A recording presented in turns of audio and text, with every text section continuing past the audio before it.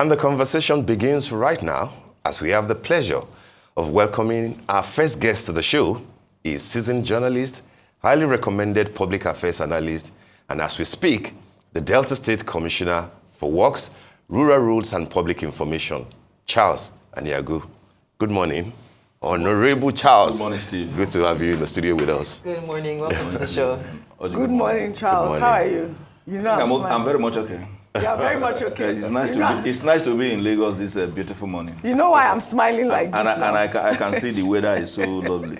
It is. Yeah, you'll be smiling because you know you are from Delta. Correct. And you know many things are happening in the right direction. Well, you tell us. Okay, we don't know yet. You tell us. We'll talk about it, Charles, from core information to a triple, how do we describe it now? You're now handling, works with rural roads and then public, information. So you basically be spending the bulk of the money for infrastructural development and then telling the public what you're using the money for. So let's start that way. It's almost halftime for the governor, who, by the way, has been winning awards here and there, all over the place for infrastructural development, for projects, etc. What really is the magic, if there is any, given the fact that you are in charge of works in Delta State? What will you point at now that we're almost at half a 2-year mark before we start counting down to another round of elections? Well, thank you very much for this privilege. And before I proceed to the issues you raised, let me again appreciate the managers, editors, and all the staff of Arise and This Day for the very well-deserved award that was given to my boss, Right Honorable Sheriff Oborowori, as a governor who has been able to show a whole lot of prudence in the management of resources and also able to embark on a number of infrastructure. And thank God also, we must also appreciate the editors of a New Telegraph, who have also recognized that in Delta we are experiencing a new dawn in terms of infrastructure development. And just about 2 nights ago, he was also given an award as the Governor of the Year Infrastructure. Now to the earlier part of your question as to how we are moving from, I was able to move between works and information. I must give all the glory to God Almighty and then appreciate the governor who have also found me worthy to be able to play a dual role in that regard. And by the grace of God, we are making progress. But as at the time he came in, he realized that there's so much work to be done.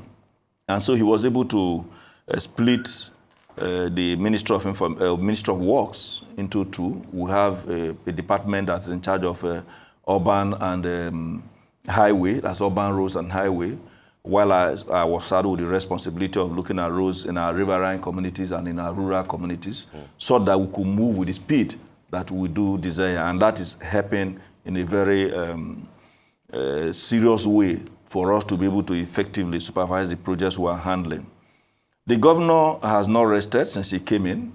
Of course, you've heard about the bridges that are being built in the warrior houses, specifically in Udu, in Uwe, and Warisa local government area, being handled by Julius Berger. Those bridges are springing off as if you have applied some form of ammonia fertilizer. And so each day you go there, you see a new development. So that is happening. And all these, in addition to many other infrastructure across the 3 senatorial districts, are going on with a whole lot of commitment on the part of the governor and leading those of us who are his lieutenants to be able to supervise this project and ensure that there is value for money. So the governor even went ahead to set up a high-powered committee chaired by himself to monitor the projects, how they are proceeding, how the contractors are proceeding with work, to see that every contract is being executed according to specification, so that nobody at the end of the day should change the state.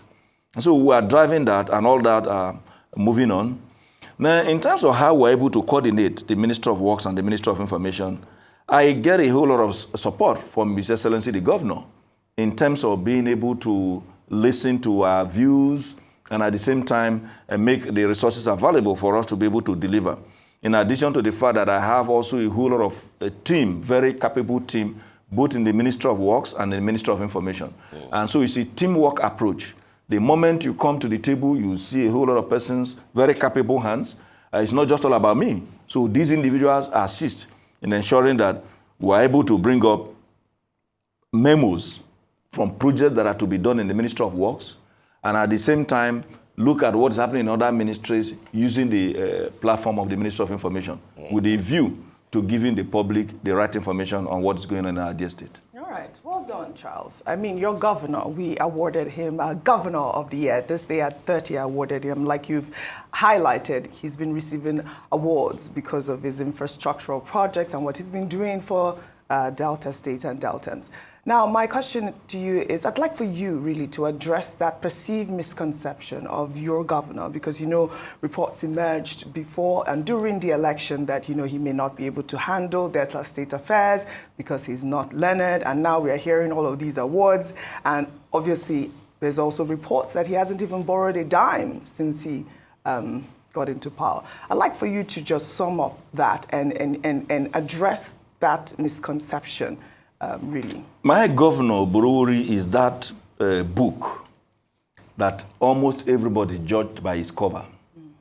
And by the time they attempted to open the book, they discovered that it's not written in French languages, but in pure English. And that all the facts that you need to know about certain things that you thought are not possibly available in that book are all put together in that book. Let me also confess that I was one of those who did not give him a fair judgment at the beginning. Because sometimes we are carried away by a whole lot of other issues. Today, Oborowori has proven a whole lot of people wrong in a number of respects. One of his greatest assets is the fact that he is underrated. Your chairman said that much even in the course of that award. Oborowori's financial management abilities is almost second to none. And let me inform you that even as the Speaker of the State House of Assembly, because he was our Speaker for 6 years, at the end of his tenure as the Speaker of the Assembly, he returned 500 million naira to the state coffers. So when you look at the story of people who are usually either as politicians in at different levels, you will understand what that means. And we thought that was a flash in the pan, that maybe it was just one of those things. But we didn't know that that is his pure characteristics.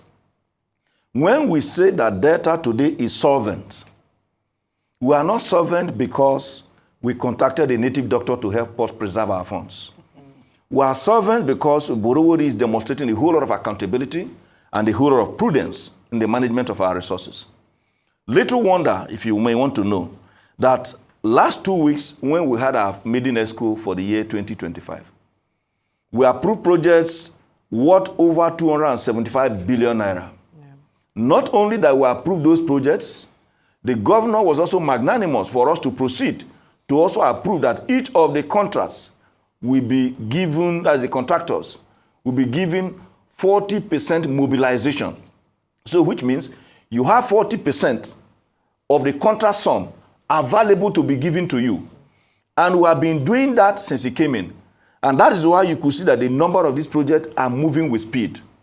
Beyond the issue of giving out these 40%, there are a number of our projects that are on ISPO, where in which case every month, certain amount of funds kicks in. The moment you present your certificate, in terms of milestones, the state pays.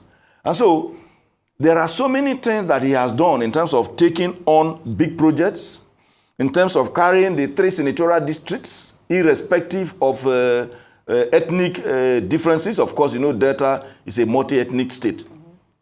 Irrespective of even political affiliation, he is carrying everybody along.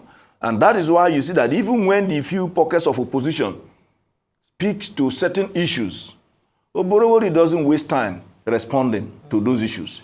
He only concentrates more in the project as a means of response to those criticisms. And today, all we ask people is tell us your local government, and then we'll tell you what Oborowori is doing. He was able to come up with a novel idea in our budgeting approach. And good enough, my ministry was saddled with that responsibility of implementing certain funds across the 25 local government areas. In 2024, we provided 1 billion for roads alone.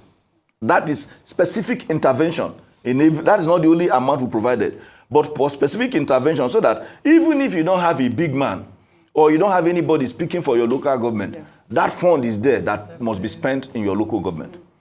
Having seen the magic in terms of the level of infrastructure we're able to implement using that model, in the 2025 budget, he directed that over 2.1 billion will still be provided for the purpose of such intervention across the local government areas. It might interest you to note that even the ESCO we had about less than 2 weeks ago, we approved projects across more than 80% of the local governments in Delta in one ESCO. Coverage, so anybody who wakes up and says they have not done, we don't even need to say, what are you talking? We say, please, can you tell us your local government? So that let us even know whether you are among those who doesn't visit home. I visit home. Sheito, I know you are half Delta as well. Yes, they said, tell us your local government. Which one is your local government? Let me tell him my local government. So yes, you can also say your local government. I'm Okwani local government. In Okwani local government, we just approved the Amayaraba Orugun road, which is about 8 kilometers. And that road is going to cost us over 7 billion naira in terms of construction. Yes. That is linking the good people of Okwani, your local government, and their kids and kin in Ughelli North. That has been approved. We have also done Ofewe streets in I think in Amai. That has been done. That one we are proceeding now to talk about marking. Marking means that you have already concluded the construction. If you even also look at the road between Obiaroko, which is the headquarters of your local government, and proceeding to Abraka, the headquarters of Ethiopia East, you could see that the old alignment of the federal highway has also been fixed. So all those things are being done for the purpose of allowing our people to commute with their kids and kin across the other local government areas. So you may tell me your own local government and tell what's happening there. So I'm Shekiri Ajaitan. Which of the local government? The Shekiris you can find them. Some of them in Saple. You can find some of them in Warri South. Yes. That is where you see the major. I'm getting in the diaspora. And then some in Warri North. My dad just She's said in the diaspora. Because that man has left this country almost 30 years now. But honestly, I am. But since you are talking about Shagiri, let me help you now. I mentioned the local government. We can do that one after behind off camera. But I really want to, I just listening to everything that you've said, even from the awards, everything that has been said about the Delta State governor just makes one really proud to be from the state. And there was something that you said, Oji mentioned about the fact that he has not borrowed a dime. A lot of Nigerian states rely heavily on borrowing to fund infrastructure projects. And you've definitely maintained, being able to live within your means. Now, given the scale of the infrastructure developments currently underway, can you elaborate on exactly how these projects are being, financed? Are there strategic partnerships with private investors? Are there donor agencies? Are we looking at public-private partnerships that help sustain these projects? Because, I wonder why we're not having a lot more, governors doing, the same thing that he's doing. First of all, not only that Oborowori is not borrowing, Oborowori has paid over 240 billion in the last 20 months to service or defray existing contractual obligations, as well as some other funds that came in form of loan in the past. So for you to know that it's not only just funding infrastructure. Today, I'm not too sure you have heard of anybody going to the street to protest that they have not been paid pension or anything of such. He came in, and immediately he came in, the first thing he did was to pay over 5 billion naira to take care of existing promotion arrears. Accumulated promotion arrears. Of course, promotion arrears comes in if, for instance, you are promoted in January and you did not receive your promotion allowance up to maybe December. It means that for 1 year, the difference in what you were paying before you were promoted and now your new rank is pending. He cleared all that.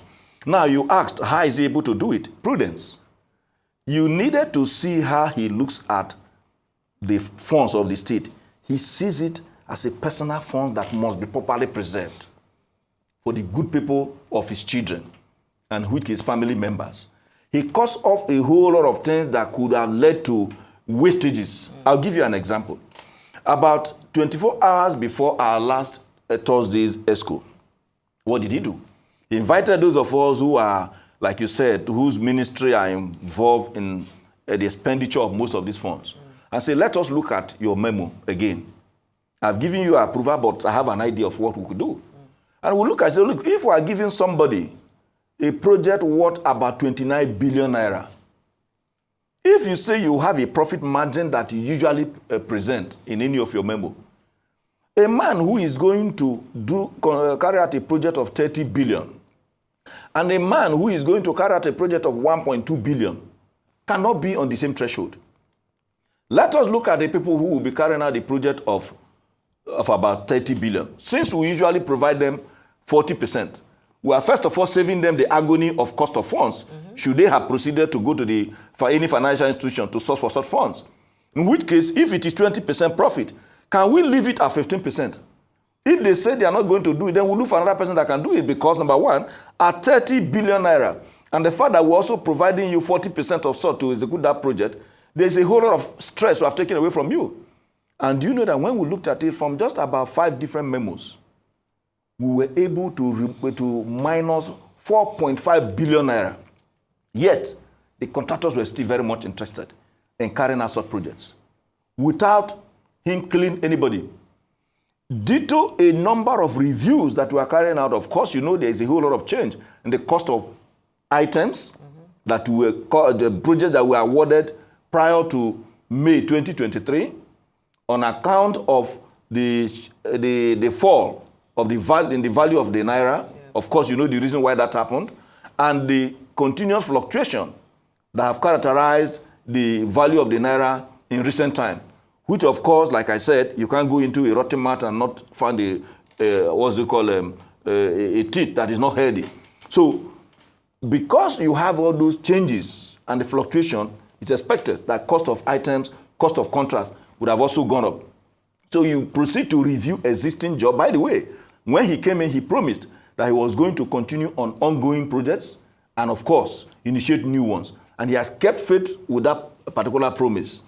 So in doing so, Oborowori looks at everything bit by bit. You bring your memo, he sits down with you, he looks through the lines, and then he has now proceeded to set up the committee I talked about earlier, project monitoring, which he heads. We'll go and look at people's project, say, no, we can't take this, we can't take this. Contractor, this is your fault, we cannot review it for you, so you have to pay. In doing so, the fund that ordinarily you would have maybe paid to somebody is being preserved and conserved. So that is how he's able to, once money comes, he looks at where our mouth is for us to be able to direct our fingers and not to begin to look for the ear when you know that you want to get something that you need to swallow. So those are the approaches that he has brought in that is making us to stand very, very firm. Right. And I can assure you, even if we go to another ESCO tomorrow and approve projects that is also in excess of 275 billion like we did in the last ESCO, Oborowori is ready to fund because he believes that data that is never known for taking the back seat will never carry last. I hope you know that debt are not the carry last. Debt are not the carry last. All right, Charles. Let me come in with a barrage of questions, given the fact that you have been robust in promoting, Delta State. No, in telling you what we are doing. Okay, that's fine. Yeah, it's promotion anyway. Okay, first thing, you said your first ESCO during the year and the things that you approved. And I'm wondering, is the Executive Council meeting in Delta State once a month, or you've not been that busy as to consider, Executive Council meetings important that we would, February is almost ending, but then you've had one, only one this year. That's first one. A second question would be to get your clarity on this idea of Oborowori has not been borrowing and things like that. And I want to give you the figure, from the DMO's office. As at today, the debt, the domestic debt of Delta State has surged by 42.5 billion naira in just 3 months. And of course, the figures, are very clear about it. As at September 2024, the state's total domestic debt reached 342.5 billion naira. I get the point that you cleared a substantial amount, but as at September, it stands at 342.5 billion, up from 304 billion in June of 2024. Yeah. So when you say that you've not been borrowing, what really does that mean if your domestic debt is rising? And people are saying that given the surge in what you are getting, like all the other states, from federal allocation, why are you still borrowing domestically? And then the last question would be a political one. Opposition people are saying that PDP in Delta is depleting. And they are pointing fingers at people like, Ned Nwoko, who left for the ruling party APC. And there are talks even about the governor that maybe he's even having backdoor talks with the ruling APC party. Will he run for re-election in 2027 as a PDP member, or are there possibilities that he might jump ship? Okay, let's start from your first question, which talks about why we had our first ESCO in February. We came into the year, before coming into the year, we had our budget approved. We were the first to sign our budget 2025 into law. And as soon as we came in, we needed to look at every part of our dear state. We were to hold the ESCO in January. When some of us, when we looked at the memo, don't forget that before you proceed to the ESCO, you must first of all make a number of those your projections available to the governor for him to also to be able to agree with you on what you are bringing to ESCO. Yeah. Because he is the one who has a wide map of the entire state. It checks the ESCO. Yes, and to be able to also look at what are we bringing in. Yeah. And so when some of us brought it, he said, no, this thing is not representative enough of our dear state. Our intention is to be able to cover very wide areas. And then when that happened, there were instructions. For instance, in the case of my ministry, by the time I proceeded to bring about projects that cuts across about 6 local government areas, I said, no, he wants it big. He wants to be able to, from beginning, because we want to take advantage of the dry season, because it's construction period, that we need to be able to put in a whole lot, since we'll be able to also have the funds to be able to deal with them.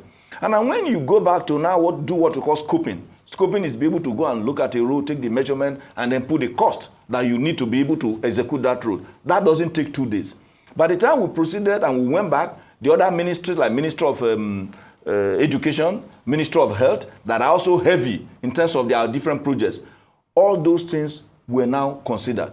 By the time we put all these things together, and we needed to go back and look at a number of the jobs that were existing that people that were waiting for review. Recall, I told you that the governor set up a high-powered inspection committee. He said, look, we don't need to just go to ESCO and approve funds and fritter them away.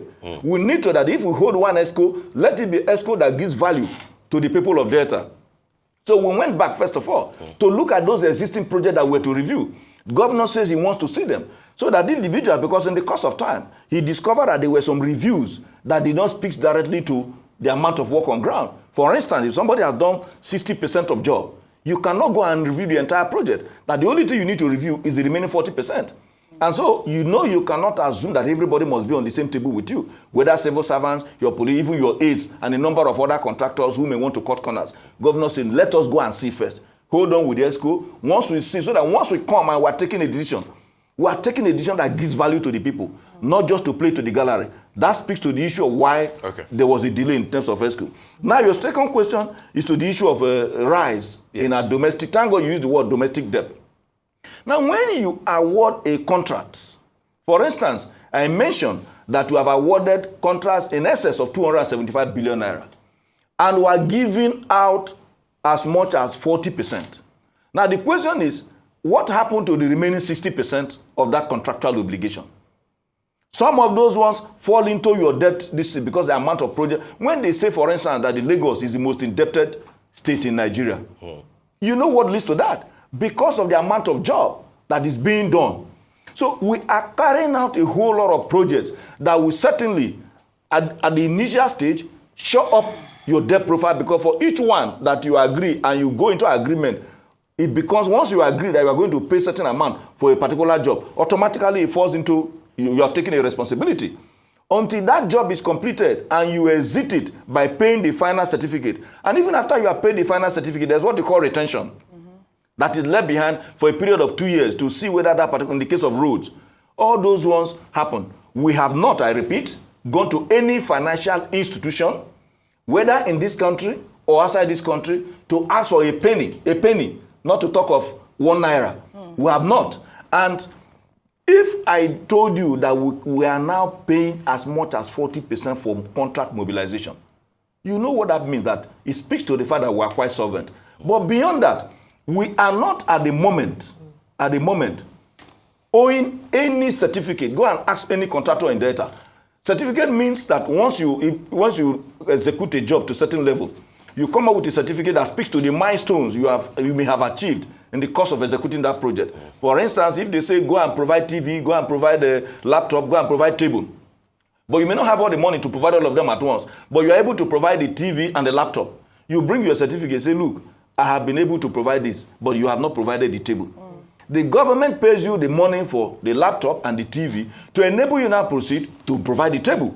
So each time these certificates come up, Oborowori pays. And now the last one, you talked about depleting. I don't know what that means. You know, you know that number one, there's usually, for those who understand the game of football, there's a period we call transfer season. Very soon, the UEFA Champions League that Liverpool is leading very comfortably now will be over. Once it's over, what happens? You see a transfer window. People want to leave Real Madrid and they want to move to Liverpool. The election is coming. There are those who possibly have seen that they have performed below expectation, and that the club where they are may not even give them any of the wings to play. So when they leave, they are leaving so that the shame of failure in the club will not be noticeable. All right. And so for us in Delta, we are not disturbed. Like I said, Oborowori's concentration at the moment is governance. And that is what we are doing. Those who are playing politics may be idle enough to play, but we are involved in governance. Overtures to the governor, since it's transfer season now, there are overtures from bigger clubs. It is natural that the only big club. It is natural that this governor is a star player. Okay. All right, we don't have much time. I wanted to just quickly wrap up with the human capital development and what you guys have been doing for the people of Deltans. I mean, people will argue that you guys received the biggest PAC allocation. I believe. But why don't they talk about the fact that we're also number one in terms of contributing to the federal post? Delta gives the highest money to Nigeria. Yes. I hope you know that. All right. And you people, when you are speaking English, you say to whom much is given. Much is. Yes, we give more than any other state. Okay. To the federation called Nigeria. Okay. And when from the much we have given, you just give us back a little. Right. And individuals will say, 483 billion is a little, no problem. But go ahead quickly with your human capital. Yeah, so there's a whole lot we are doing. Oborowori is not only dealing with the hardware, in terms of what you may call the bricks and mortar. You talk about bridges, you talk about roads, you talk about the school buildings, you talk about court buildings, you talk about health centers. Oborowori is also looking at the software, the human capital. We have what we call a D-CARES program. That D means data, data cares. And so, through that program that is being anchored by the Ministry of Economic Planning, over 250 Deltans have been able to receive grants, not loans. Fantastic. We also have what we call the Office of the Job Creation Officer, where we have been able to bring on board what we call now more BISOPs. Of course, more is the acronym for the governor's agenda. BISOP means the business going up with an arrow pointing up. That individual that belongs to what we call the brown. The brown means those who have one business or the other, or one skill or the other before now. We bring them in, give them some level of a brush up in terms of their knowledge, and then provide them funds to be able to take up their business to the next level. We also have program for widows. We also have program for women, which we call the WISAP, for the purpose of getting these individuals to have startup packs. All those things are going on alongside these many projects we are talking about. Fantastic, Charles. Well, we'd like to thank you and thank the Governor Oborowori, for everything he's doing, especially for our women. Oji, when are you coming back home again? That's the only reason. You need to come back. I'll come back this December. We really have to go. You Charles, have to leave Steve here. Charles, come back home. I'm always home, Charles. By the way, we'll be ready to give you citizenship. I've been asking for chieftain, actually. Rufai has been asking for the key to the city of Asaba. That won't be bad. I mean, you speak very well for your state, and I congratulate you. Yes. But many of our viewers are saying that Agbara you know, has no electricity for months or years, and that there are many state-owned hospitals without water, without drugs. And also at the moment, we are working on 155 health centers. Please, also Kwale, thank you for raising that comment. Kwale, very, very important. 10 years, some communities in that area have not received electricity. Right. I am raising that. But very quickly, just for you to deal with them. But on the issue of electricity, I'm sure you can almost like answer it. Right. Because it has been fully privatized, there is little that government can do. What we used to do once before now is that we could provide transformers, give to them, and then it becomes a... But if in a community, you know what's happening with the issue of power generation as well as power transmission and distribution. Right. So there is a whole lot that can be done, but we have taken a note of the issues you have raised. 10 years, no electricity in Kwale, please. Take note. Thank you very much. That's where my mother is from. Okay. Well, all right. All right, Charles Aniagwu, we want to thank you, Delta State Commissioner, for Works and Public Communications. Thank you, sir. Please just do and come back home. Audrey. I'm always home. All right. You know that.